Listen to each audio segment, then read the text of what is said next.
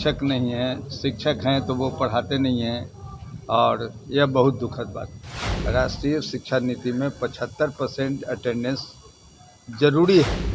अगर नहीं होगा तो उन छात्रों को नाम काट के हटा देना पड़ेगा। सबसे बड़ी बात है कि जितने भी जो लैब हैं, है ना, वो लैब में मैंने एक भी इक्विपमेंट्स टेबल पर नहीं देखा।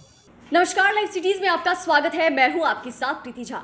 यूनिवर्सिटी के स्टेशन को लेकर, रख रखाव को लेकर या फिर जो छात्र वहां पर आते हैं उनके अटेंडेंस को लेकर अक्सर सवाल उठते हैं। जी हां, और वही बता दें कि सबौर कॉलेज में जो तिलका मांझी यूनिवर्सिटी के कुलपति हैं वो वहां पर पहुंचे और देखते ही वहां की स्थिति को लेकर काफ़ी ज़्यादा नाराज हो गए। जी हाँ, उन्होंने देखा कि किस तरीके से ये सबौर कॉलेज की जो स्थिति है वो काफ़ी ज़्यादा खराब थी। वहाँ पर शिक्षक जो है वो सही तरीके से नहीं आ रहे हैं या फिर यूं कहें कि जो छात्र हैं उनका भी अटेंडेंस बेहतर नहीं है। इसको लेकर क्या कुछ कहते हुए नजर आ रहे हैं जो तिलका मांझी यूनिवर्सिटी के वीसी हैं डॉक्टर जवाहरलाल। सुनिए। देखिए, कमियां तो बहुत सारी कमियां हैं, है ना।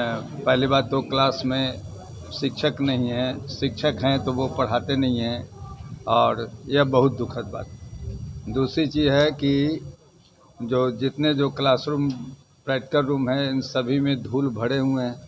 ऐसा लगता है कि बहुत दिन से नहीं खुल रहा है। तो वो पढ़ाई लिखाई का वातावरण मैंने मैडम को कहा कि आप ठीक कीजिए। खासकर अभी जून से जो एडमिशन हो रहा है, राष्ट्रीय शिक्षा नीति में 75% अटेंडेंस ज़रूरी है।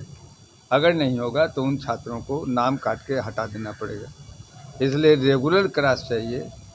मैंने यह भी कहा कि जिन शिक्षकों की कमी है आप हमें सूचित करें और हम लोग जो ये करने वाले हैं, टीचर, कौन टीचर बोलते हैं, गेस्ट टीचर की बहाली करेंगे। उसमें प्रायोरिटी करके जो शिक्षक हैं वो हम यहाँ पर देंगे। आप यहाँ पर देख रहे हैं इतना बड़ा जो ये बिल्डिंग बना हुआ है, यूजीसी के फंड से बना हुआ है। थोड़ा पैसा अगर लगा दिया जाए तो मैं समझता हूँ 3 स्टोरी जो है वो बिल्डिंग बन सकता है। इसके लिए हमने कहा कि आप प्रस्ताव लिख करके भेजिए, हम लोग जो है उसको फंड दे देते हैं आपके खाता नंबर 1 से, और इसको कंप्लीट करें। क्योंकि जिससे कि एक 3 इतना रूम हो जाएगा, बहुत सारा काम हो सकता है। तो ये हो गया इंफ्रास्ट्रक्चर की बात। सबसे बड़ी बात है कि जितने भी जो लैब हैं, है ना, वो लैब में मैंने एक भी इक्विपमेंट्स टेबल पर नहीं देखा।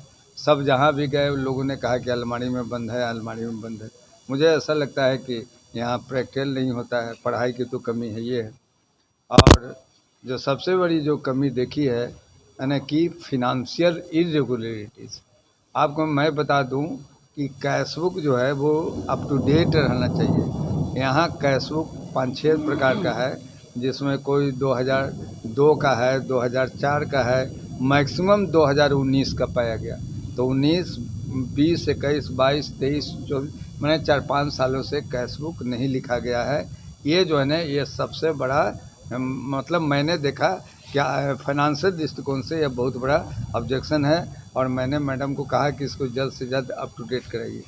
चेक जो इशू कार्रवाई की जाएगी। मैं इनको सारी चीज़ जितने भी कमियां पाया हूँ वो ऑलरेडी मैं इनको चिट्ठी लिख के भेजूँगा। सबसे पहले बात है कि यहाँ 14-15 शिक्षक हैं।